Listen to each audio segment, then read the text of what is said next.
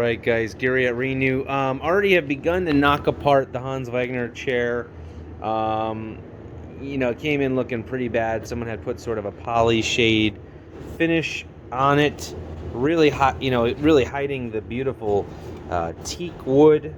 There's the, it's upside down, but there's the nice imprint there. So I'm gonna glue the chair. What I'm doing right now is just knocking it apart and cleaning all of these dowels. Luckily, no one had really tinkered with the chair before, so it's coming apart pretty clean.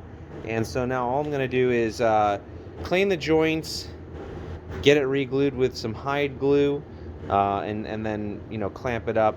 The back of it is in great shape. I don't have that next to me right now, but the back of it's nice and strong. So once we get the bottom, the legs, and the stretchers here all glued back together, the top will pop back into place and we'll be good to go. Hey guys, a product I want to recommend too is this glue right here. I spoke with the owner. They've since been bought by a larger company, but this is not just a regular CA glue. It's different.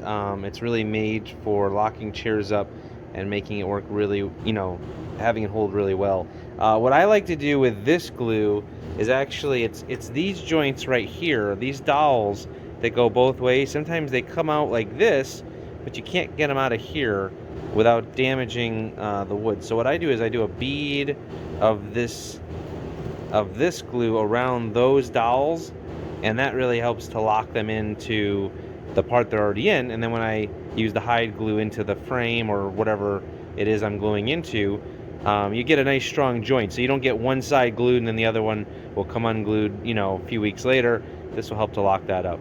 It's pretty straightforward. The glue comes with this little needle, and you just go in here. Oh, I got a little on the side there. You just go right around here and let it seep in. I'm just going to wipe that bead of glue that ran down. That could just sand off. But I just let this seep down into these joints, and these are very tight, so they may not even need it. But I like to just give it a second, let it seep in, and hopefully that'll lock those into the stretcher. Yeah, so you can see it just went down there. It takes a second, then it just kind of seeps in. And then from there, when I glue it into the frame with the hide glue, you're going to have a really nice strong joint. Alright guys, I'm getting this chair back together now. I just wanted to give you a quick tip. First of all, again, I used hide glue. That, if you can get the joints clean and there's not a lot of bad breaks, hide glue, I believe, is the way to go on vintage and antique pieces, only because it's reversible. And it's also easy to clean up. If you're gluing something that is already finished, hide glue can come off with some warm water and a little elbow grease, versus epoxies and wood glues and such that you'd have a lot harder time doing. So I lightly sanded all the parts. I'm gluing it together now. I cleaned all the joints. And I just want to say, when you're clamping, be very careful. I put these, I don't know if you can see it. Let me see if I can. I put these felt pads in here. They're just the peel and stick pads from, for chairs and for furniture. That's usually enough. I just put one there and one there. You don't want to over tighten. You don't want the metal here to dent the teak or the wood that you're clamping, and you don't want to over tighten either. You want to tighten until you see the squeeze out of the glue, and then not, you don't want to like torque the chair so you push all the glue out. You just want to get a nice tight joint, let the squeeze out come out, and then I just take a little warm water and wipe the joint down. So that's the first joint. Gonna go around, do all of them, and then pop the top back on, the arms in the back.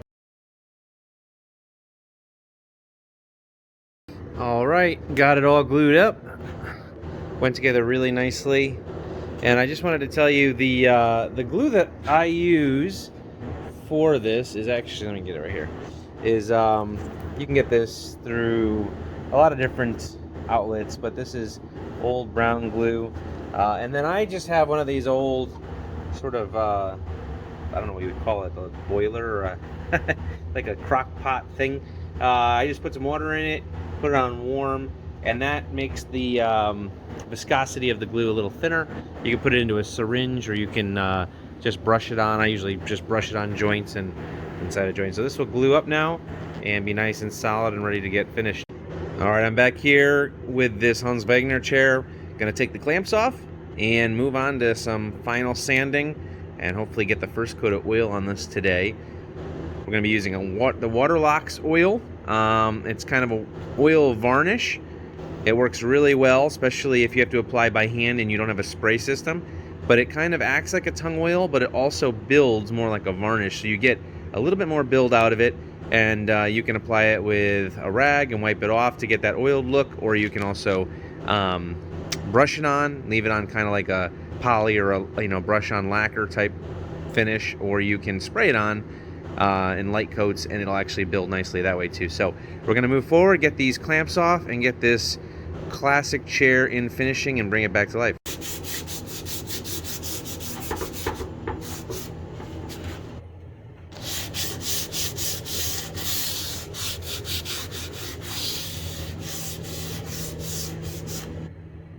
All right, we're ready to start finishing. I went over it with a fine sanding of 220 just to smoothen out all the edges and get it nice, and yeah, it's nice. I like teak. I'll smell teak for the next 24 hours.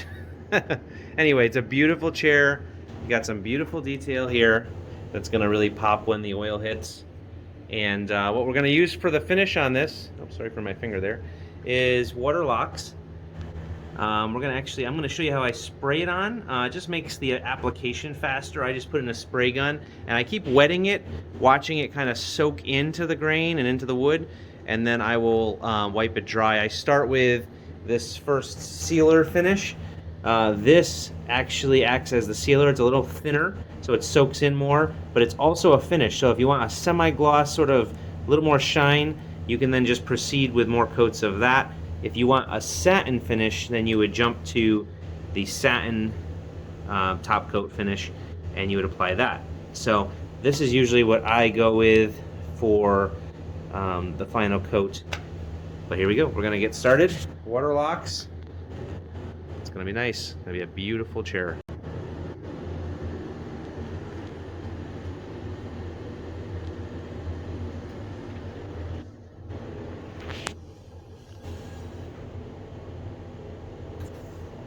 Alright guys, just wanted to show you the gun that I'm going to use to apply the oil. This is just a cheap Harbor Freight gun. They're usually about $15. You can actually get them on sale. Comes with the cup and the gun for about $10 at times.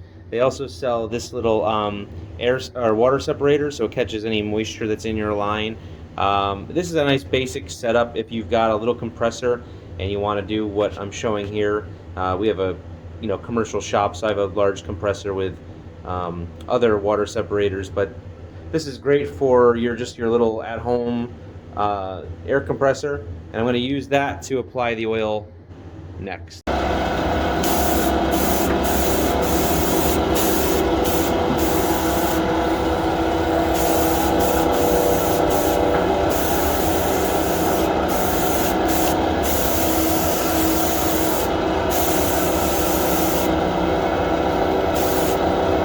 Alright, so I applied the oil. I'm leaving it on wet. I just sprayed it on. You can see it's sort of puddling in some places, but it's also soaking in a lot in some places. And so what I want to do now is go around probably in about 5 minutes and look at where it's soaking in and apply some more there so that it can really drink it up. A lot of end grain and areas like that will drink up the oil more. And then once I've done that and I see that it's pretty good, I mean, it's going to continue soaking it in no matter what. So I just want to give it enough so I know that it's kind of gotten in there pretty deep. And then from there, I will just rag dry this and let it set up. And that will be the first coat. All right, first coat applied and dried. Looks great.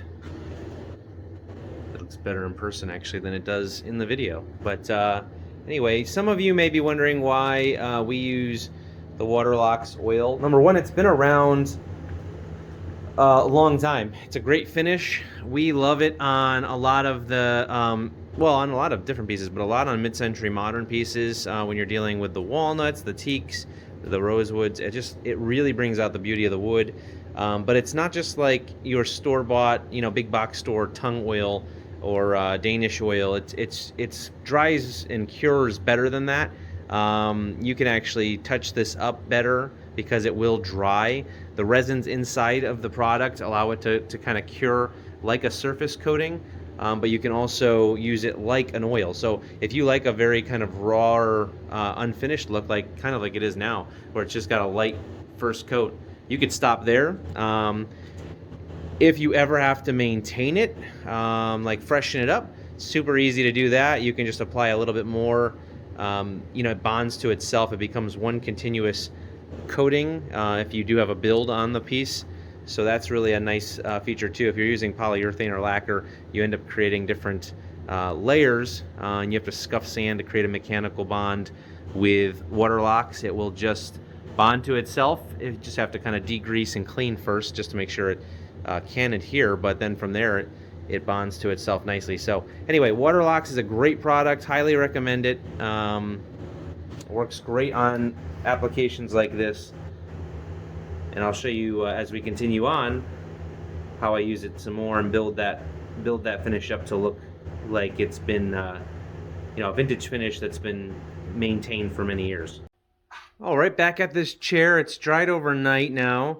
I was actually able to mist a couple more coats on it yesterday, which didn't really build much, but it just kind of kept it feeding into the grain.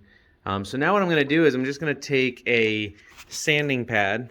I like these a lot. These are squishy and pliable.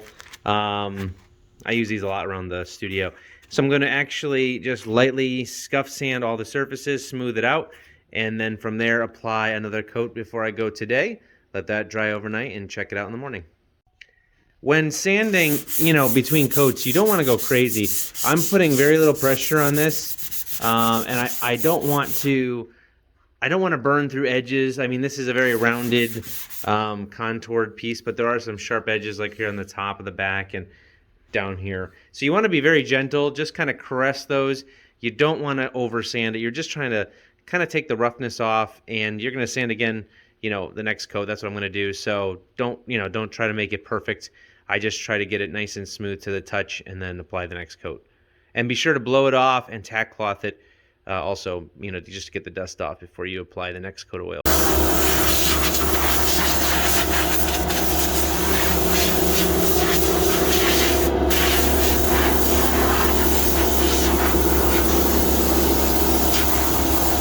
All right, so I just turned off the fan and applied that next coat of oil. Again, I apply it and I leave it on. This is Waterlox oil. It works great. It's an awesome finish. I really recommend it. And what this does is it allows you to sort of build. Normally with Danish oil or any of the normal oils, Waco or those kind of oils you use, tung oils, you put them on and you have to wipe them off. With Waterlox, you can actually leave it on and let it set, almost like a surface coating. So what I like to do is sort of meet in the middle. I want that sort of aged oiled look, but a little bit of a build. I don't want it to have, I don't want it to look raw, and I don't want it to dry out a couple months later. So I use Waterlox. This is the, technically it's the second coat, but I did actually a couple light coats yesterday. So this is the second real coat after probably 3 very light coats yesterday, after the initial saturation coat. So I'm going to keep applying this. I'm going to let this dry overnight now. Tomorrow, same thing, scuff sand, reapply another coat of oil, and so on and so forth. We should have the final coat on tomorrow, and then the following day I can rub it out and make it look really nice. So I hand rub the finish, and we'll show you that too. So there you go. All right, guys, back here with this Hans Wegner chair. Coming along really nice. It's again been overnight dry time on the oil. We are using Waterlox oil on this project, and it's looking really nice. It's starting to get a nice build. It feels a little rough to the touch, that's what you're going to get initially. We're going to work on rubbing it down at the end, and that'll really smooth it out, make it really like silky smooth. But I want to do one more coat. I'm going to switch over to the satin top coat now, and I'm going to just scuff sand this chair and apply the satin top coat again via sprayer, and then let that dry overnight. And tomorrow I'll give it the rub down and get it really nice. So it's coming along beautifully.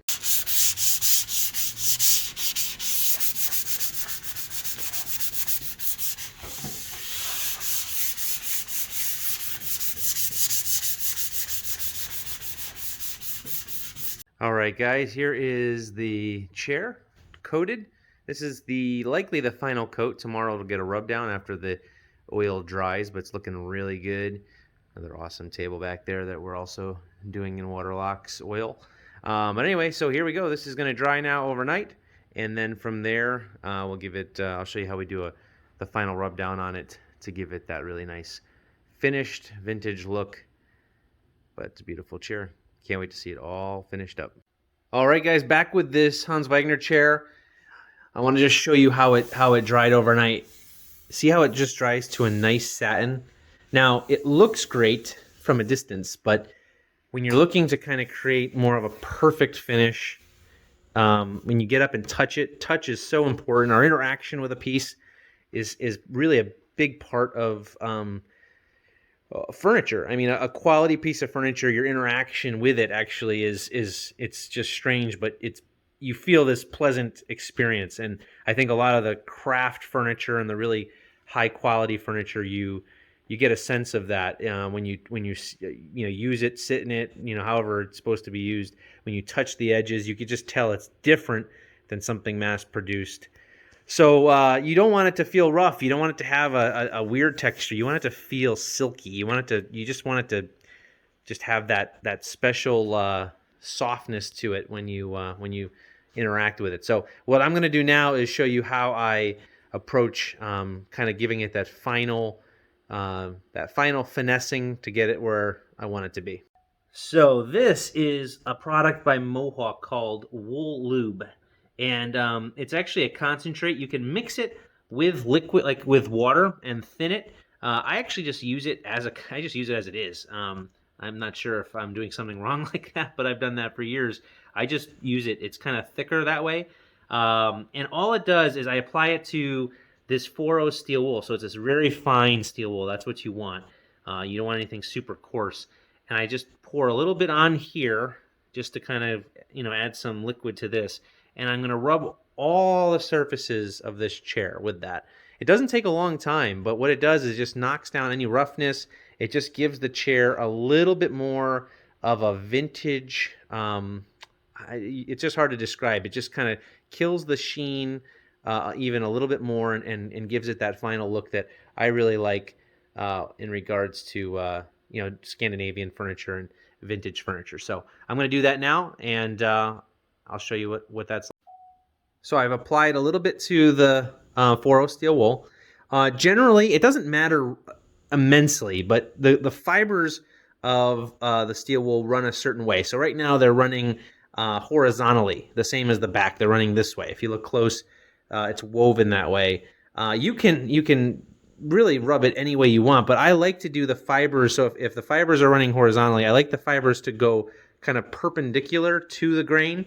So the fibers of the wool is going this way here, and the grain is going this way.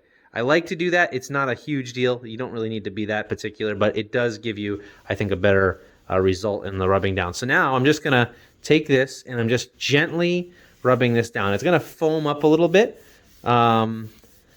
You could use other products for this. You just want something to lubricate the steel wool. You don't want the steel wool just to be full aggression on the wood. You want it to have a little bit of lubrication just to kind of soften the attack that it has on the finish. So I'm going to go over all the surfaces just like I'm showing you here, just gently, and then wipe it down with a rag to get all the excess off, and I'll show you what it looks like. All right, so just finished the rub down, and then I dried off. See, you may not see the difference in the video. It's really, this is more about, again, the experience with the piece. I mean, it's super silky smooth now compared to before when it looked good, but that you could just feel it just didn't feel finished. It had a little bit of a roughness. So it really, really looks and feels great now. So that is the restoration of this Hans Wegner chair. Hopefully you enjoyed this video. I'm not sponsored by any of the products that I shared. They're just products that I use and like. So I encourage you to check them out, but there you go. Be sure to subscribe to the channel here as we post videos just about restoration and showing you how we do it here at our studio. Thanks so much.